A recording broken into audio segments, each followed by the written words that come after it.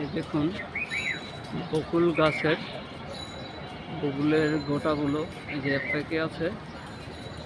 দেখতে অবশ্য বড়ই বা আঙ্গুরের মতো দেখতে দেখা যায়, কিন্তু আসলে মূলত এটা বকুল ফুলের বকুল গাছের গোটা।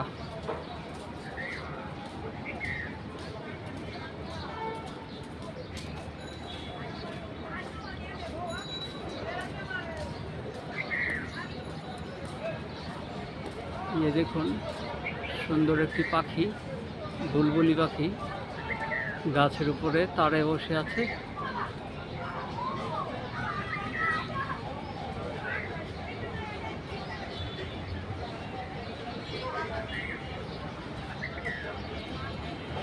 এই যে পাখি।